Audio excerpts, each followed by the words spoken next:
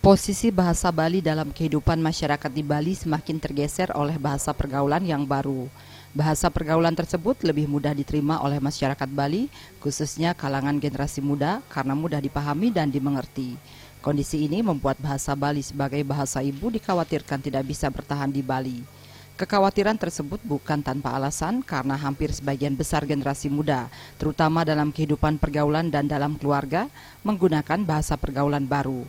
Beratnya tantangan yang dihadapi bahasa Bali sebagai bahasa ibu perlu mendapat perhatian dari berbagai elemen di Bali termasuk oleh pemerintah.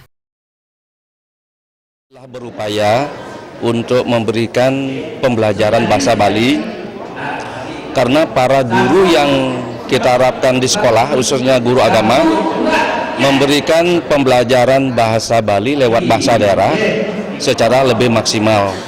Dan kita pun juga telah melaksanakan pelatihan kepada para guru untuk menindaklanjuti bagaimana bahasa Bali itu betul-betul bisa dipelajari, dipahami, dan diperkenalkan kepada semua warga kita agar bahasa Bali tidak menjadi beban untuk.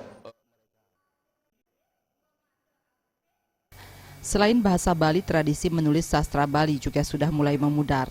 Hampir sebagian besar kalangan generasi muda tidak mengenal huruf atau tulisan Bali. Pujian Tini dan Agus Sudiatmike, Bali TV.